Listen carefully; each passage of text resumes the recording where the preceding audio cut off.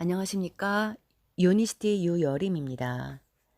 송 사무장의 부동산 공매의 기술이라는 책을 가지고 실전 준비를 하고 있습니다. 오늘은 6번째.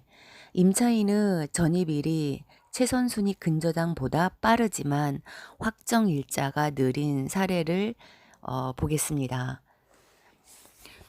공매의 난해한 부분은 경매 정보를 활용하세요. 공매에도 경매와 마찬가지로 유치권, 최순위 임차인, 법정지상권 등 소위 특수 물건이 종종 등장합니다. 온비드를 통해 알 수 있지만 경매에 비해서 해당 부동산에 관한 정보가 무척 부족하고 특히 점유자에 관한 부분은 더욱 부족한 자료가 올라와 있습니다. 최선순위 권리보다 전입일이 앞선 점유자가 배분 요구를 하지 않았다면 더 어렵게 느껴질 수 있습니다. 그런데 공매가 진행되는 부동산의 등기부 등본을 살펴보면 가끔 경매 기입 등기가 되어 있는 경우가 종종 있습니다. 그래서 경매와 공매가 동시에 진행되는 경우에는 경매 자료를 통하여 점유자와 부동산 현황에 대해 자세한 정보를 수집하고 입찰은 경쟁이 덜한 공매를 통해서 하면은 효과적입니다. 물건 검색을 하는 거를 보물찾기라고 표현을 합니다. 겉보기에 허름하고 아무것도 없는 것 같고 누구도 거들떠 보지 않는 얼핏 법리적으로 복잡한 권리 관계가 얽혀 있고 선순위 임차인으로 표시되어 있는 물건이 있고 오늘의 경우 아파트로 표시되어 있지만 실제로는 빌라 형태의 부동산 대략 보니 방은 3개이고 작은 평형수 일지라도 방이 3개인 빌라는 실소유자가 많고 임대 및 매매가 수월합니다. 국내 투자인 경우에 경매보다 약간 불편함이 있지만 이 불편함을 즐기다 보면은 더 많은 수익을 올릴 수 있는 경우가 많습니다. 그런데 공매 공고 후 임대차 정보에 아무것도 기대되지 않았는데 부대 조건에 본건은 권리 신고한 임차인의 서류상 대항력이 있다라고 추정된다라는 문구가 있습니다. 권리 신고를 했고 해당 부동산에 대항력이 있는 임차인이 있다면 최소한 전입일자라도 기재되어야 하는데 아무것도 없었습니다. 이럴 경우에 대항력이 있는 임차인이 있으면 배분 요구를 안 했거나 배분 요구를 했더라도 배분 절차에서 전액을 배분받지 못했을 경우엔 미배분 금액을 낙찰자가 인수해야 합니다. 공매는 현황 조사가 없기 때문에 감정평가 기관의 감정평가에 임대차 조사를 의존하게 됩니다. 감정평가서에 보니까 전입세대가 없는 것으로 조사되어 있다고 기재되어 있습니다. 하지만 투자자는 이 정보를 100% 신뢰하면 안 됩니다.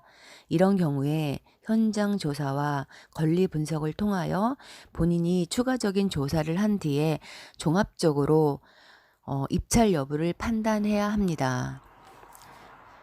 해당 동사무소에 방문하여 전입 세대 열람을 하여서 임차인의 남편이 세대주로 등재되어 있고 그리고 공매 물건의 조사의 첫 단계인 권리 분석을 하기 위해서 등기부 등본을 출력해 봐야 합니다. 등기부 등본에서는 임의 경매라는 문구가 있었습니다. 그러니 이 물건은 공매와 경매가 동시에 진행되고 있는 것입니다. 유료 사이트에 접속하여서 경매 사건 번호를 입력해 보니 임차인의 미배분 금액을 감안할 수 있기에 입찰 가격을 산정하는 데 용이하게 되었습니다. 경매 정보 후 매각 물건 명세서에 임대차인의 전입일자와 확정일자가 명확하게 기재되어 있고 사건의 말소 기준 권리가 되는 근저당 설정일이 있었습니다. 즉 임차인의 전입일이 최선순위 근저당보다 빠르지만 확정일자는 느린 경우입니다. 다행인 것은 임차인이 소액 임차인의 범위에 있으므로 소액 보증금 1,600만 원대의 최우선 변제를 받을 수 있다는 것입니다.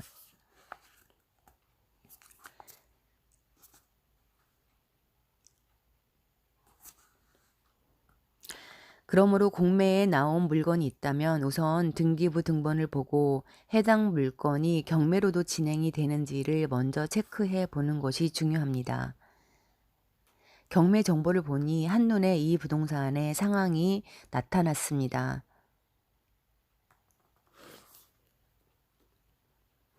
우선 이 부동산 세입자의 전입일자와 확정일자의 시간적 차이가 상당하기 때문에 어떤 사연이 있는지, 허위 임차인이 인지 이런 것을 염두에 두고 조사를 해야 합니다. 이 물건을 조사하다 보니 채권자를 찾아가게 되었습니다.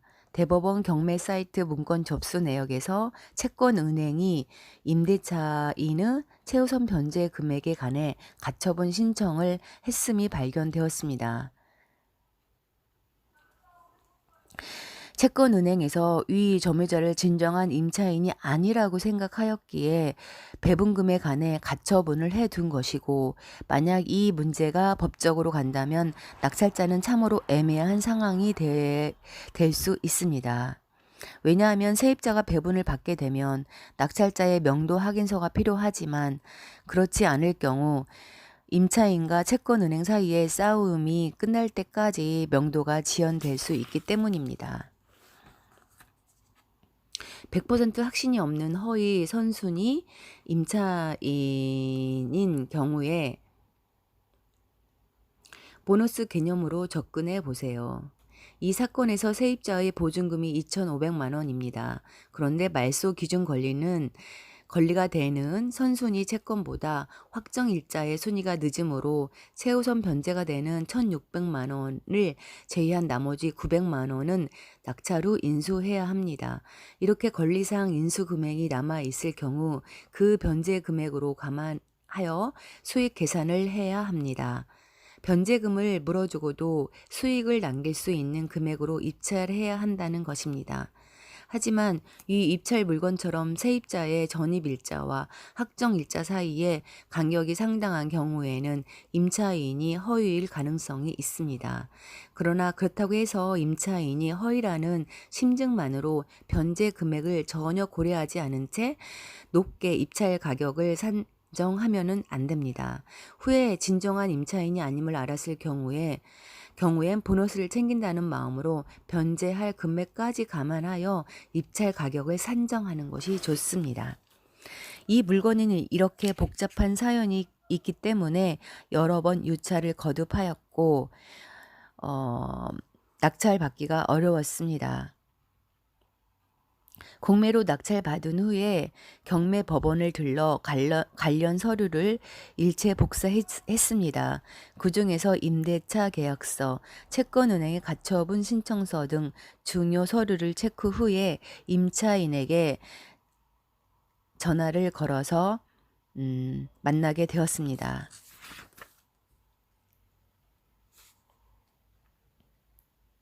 그는 처음에 이 아파트를 분양받기 위해서 계약금을 치른 수분양자였습니다. 계약금을 치른 상태에서 먼저 이 집에 전입해서 살고 있었고 그 사이에 채무자는 은행에서 대출을 받기 위해 임차인이 없다는 서류를 은행에 넘긴 것입니다. 그러나 이 아파트가 경매에 넘어가게 되었고 그 후에 채무자가 계약금을 돌려주지 못하자 계약금과 동일한 수준으로 채무자와 전세 계약을 맺었던 것입니다. 그래서 전입일은 말소 기준 권리보다 빨랐으나 확정 일자가 그보다 늦었던 것입니다. 게다가 경매지에 쓰여 있는 임차인은 그의 아내 입니다. 그의 아내는 채무자가 은행에서 대출 받을 때 본인은 임차인이 아니라고 서류에 도장까지 찍어 주었다고 했습니다. 임차인은 금전적인 여력이 없어 보여서 다른 곳으로 이사하려면 배분을 받아야 수월할 것이라는 생각이 들었습니다. 이런 경우 낙찰자는 딜레마에 빠지게 됩니다. 하지만 만약 그 고민 중에 세입자나 채권자가 있다면, 게다가 이렇게 약자가 세입자라면 웬만하면 약자 편에 서서 도움을 주려고 합니다. 은행이야 조금 손해 본다고 망할 리가 없습니다.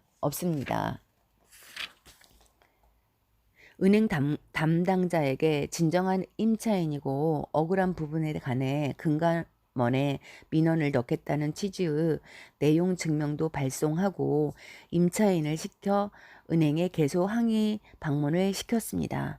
결국 은행 담당자와 협상이 타결되었습니다. 임차인의 최우선 변제금액 1,600만 원 중 400만 원을 은행에게 양보하고 나머지 1,200만 원을 받는 것으로 최종 결정을 내린 후 채권은행에서 가처분 포기 신청서를 제출하라고 하였습니다. 어쨌든 임차인은 내 덕분에 은행과 원만하게 마무리할 수 있었고 그나마 보증금의 절반 정도를 회수할 수 있었습니다. 아직 명도가 완료되지 않은 상황이어서 혹시나 하여 임차인의 배분금은 내가 대신 수령하였고 채권은행에서 약속했던 400만 원을 입금해 주었고 나머지 1,200만 원은 이사하는 날 주기로 약속하였습니다. 하지만 임차인과 그의 아내가 찾아와서 어차피 모레 이사를 할 예정이니 계약을 치를 수 있게 돈을 미리 달라고 애원하였습니다. 미심쩍었지만 그의 아내가 사정하는 통에 한운 수 없이 그에게 돈을 전부 건네주었습니다. 그런데 다음 날 일이 생겨서 못 나갈 것 같다고, 다른 집들은 2년 더 버틴다고 하면서 전화가 온 것입니다.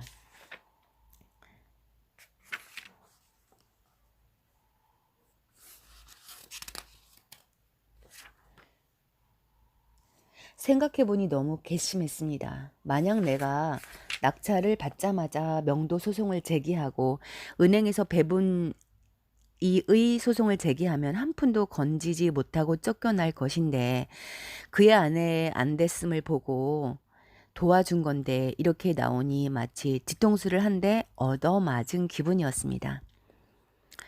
모레까지 깔끔하게 비우겠다던 그의 말을 믿고 보관하던 배분 금액을 전부 내준 나의 불찰이 있었습니다. 이럴 때는 공매에서 부적이란 다름 아닌 강제 집행 예정 통보입니다. 의외로 이것이 효과 만점입니다.